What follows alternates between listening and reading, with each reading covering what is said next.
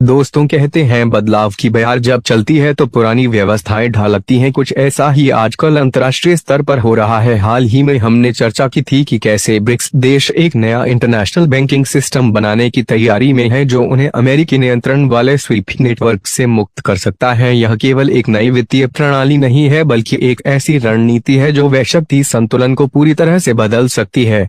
जरा सोचिए, अगर ब्रिक्स देश अमेरिकी डॉलर और प्रतिबंधों से आजाद होकर व्यापार करना शुरू कर दें तो इसका दुनिया पर क्या असर पड़ेगा। इसी के चलते आज हम आपके सामने इस कदम के पीछे की रणनीति को खोलने वाले हैं। आपको बताते हैं कि क्यों पश्चिमी देशों के वित्तीय संस्थान इस बदलाव से हिल चुके हैं और क्यों यह पहल उनके लिए एक चुनौती बन गई है। अभी तक दुनिया भर में अधिकतर अंतर्राष्ट्रीय बैंकिंग ट्रांसफर स्विफ्ट नामक नेटवर्क के माध्यम से ही होते हैं जो अमेरिका के प्रभाव में है। इसी वजह से अमेरिका कई देशों पर अपनी आर्थिक ताकत दिखा चुका है, लेकिन अब ब्रिक्स देश इस एकाधिकार को चुनौती देने के लिए तैयार हैं। वे एक ऐसी प्रणाली विकसित कर रहे हैं जो उन्हें स्विफ्ट नेटवर्क पर निर्भरता से पूरी तरह मुक्त कर देगी। तो दोस्तों, हमारे साथ अंत तक जुड़े रहे क्योंकि आज का यह वीडियो आपको अंतर्राष्ट्रीय वित्तीय शक्ति संतुलन में आने वाले इस बड़े बदलाव की हर बारीकी से रूबरू कराएगा। दोस्तों कहते हैं कहीं भी ताकतवर के रहमोक्रम पर रहने की आदत आजादी की कीमत को कम कर देती है। कुछ ऐसा ही दुनिया के कई देशों के साथ हो रहा है जो अमेरिकी डॉलर और यूरोपीय वित्तीय प्रणालियों पर निर्भर हैं। सोचिए, जब यूरोप और अमेरिका के बैंक और सरकारें पूरी दुनिया के लेन देन पर नजर रखती हैं तो उनके पास किसी भी देश पर प्रतिबंध लगाने की शक्ति है। रूस और ईरान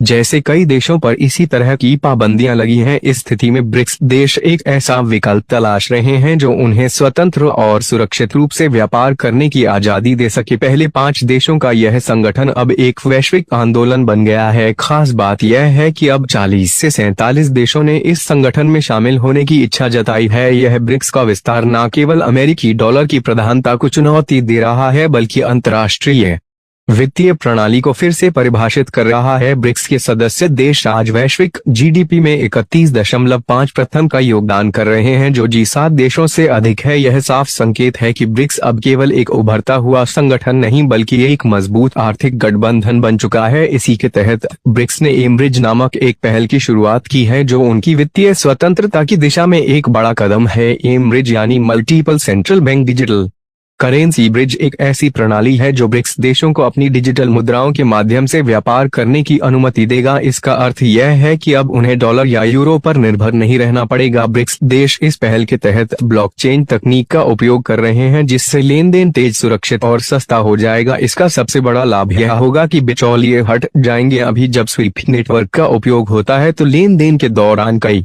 बैंक और कंपनियां बीच में आती हैं जिससे प्रक्रिया महंगी हो जाती है। एमब्रिज के माध्यम से ब्रिक्स देशों का लक्ष्य है कि $2 ट्रिलियन के वार्षिक व्यापार को अपनी डिजिटल मुद्राओं के जरिए संचालित किया जाए। तो दोस्तों, इस पहल के जरिए ब्रिक्स देश न केवल अपनी आर्थिक स्थिति को मजबूत कर रहे हैं बल्कि यह दिखा रहे हैं कि अगर इरादा मजबूत हो तो बदलाव की बयार को रोका नहीं जा सकता। कहते हैं समय और धन दोनों अनमोल हैं, जो इसे बचाना जानता है वही तरक्की की असली राह पर होता है। कुछ ऐसा ही एमब्रिजर हो रहा है जहां केंद्रीय बैंकों की डिजिटल मुद्राओं का सीधा इस्तेमाल किया जाएगा। इसका मतलब यह है कि अब व्यापार करने में ना तो ज्यादा जद्दा समय लगेगा और ना ही अतिरिक्त खर्च। विश्लेषकों का मानना है कि इस तकनीक से लेन देन की लागत में करीब 30% तक कमी आएगी जो सालाना लगभग $40 अरब की बचत कर सकती है। एमब्रिज सिर्फ एक तकनीकी बदलाव नहीं बल्कि एक रणनीतिक कदम है। यह ब्रिक्स देशों को अमेरिकी प्रतिबंधों से मुक्त कर एक दूसरे के साथ सीधे व्यापार करने की शक्ति देगा। चीन जो इस परियोजना में सबसे आगे है इसे वित्तीय स्वतंत्रता के नए युग की शुरुआत मानता है। यही कारण है कि अमेरिका और पश्चिमी देशों की चिंता बढ़ रही है क्योंकि इससे उनका वैश्विक नियंत्रण सीमित हो सकता है। इस प्रणाली का एक और आकर्षण यह है कि जो लेन देन पहले 24 से 48 घंटों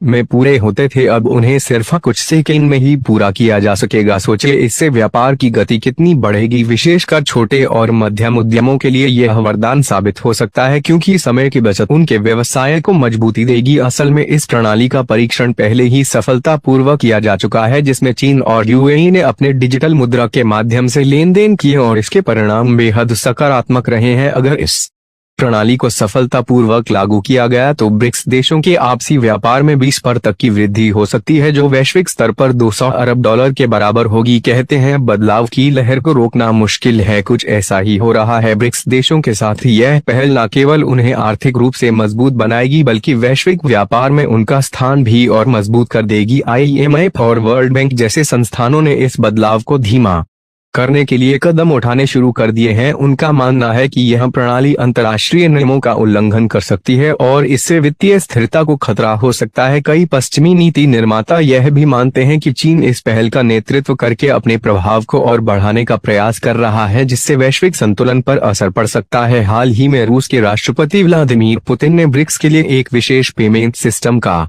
विचार प्रस्तुत किया है। इस सिस्टम का उद्देश्य यह है कि ब्रिक्स देश अपनी स्थानीय मुद्राओं का उपयोग कर व्यापार कर सके, जिससे डॉलर पर उनकी निर्भरता कम हो। हालांकि भारत, दक्षिण अफ्रीका और कुछ अन्य देश अब भी इस विचार को पूरी तरह अपनाने के लिए तैयार नहीं है, लेकिन अगर एमब्रिज सफल होता है तो इससे ब्रिक्स देशों के लिए लेन देन आसान और सस्ता हो जाएगा और उन्हें वैश्विक वित्तीय स्वतंत्रता मिलेगी। इसका सबसे बड़ा फायदा छोटे और मझोले व्यापारियों को होगा, जो अब अंतर्राष्ट्रीय व्यापार में आसानी से भाग ले सकेंगे क्योंकि ट्रांजैक्शन शुल्क कम होगा। इसके जरिए भारत को विदेशी निवेश आकर्षित करने का भी सुनहरा अवसर मिल सकता है, क्योंकि निवेशक ऐसे देशों की तलाश में रहते हैं जहां एक स्थिर और भरोसेमंद वित्तीय ढांचा हो। दोस्तों, जैसा कि कहते हैं जहां भरोसा होता है वहीं निवेश आता है। ब्रिक्स का यह कदम निवेशकों के बीच भारत की छवि को और मजबूत बना सकता है, लेकिन इस राह में कुछ चुनौतियां भी हैं। सबसे बड़ी चुनौती है साइबर सुरक्षा, क्योंकि डिजिटल मुद्रा को साइबर हमलों से सुरक्षित रखना आसान नहीं है। इसके अलावा ब्लॉकचेन तकनीक पर आधारित इस सिस्टम को अभी भी कई देशों में पूरी मान्यता नहीं मिली है। पश्चिमी देशों का इसके प्रति नकारात्मक रुख भी इस पहल के लिए एक बड़ी अड़चन साबित हो सकता है, क्योंकि वे इसे अपने वित्तीय प्रभुत्व के लिए एक खतरे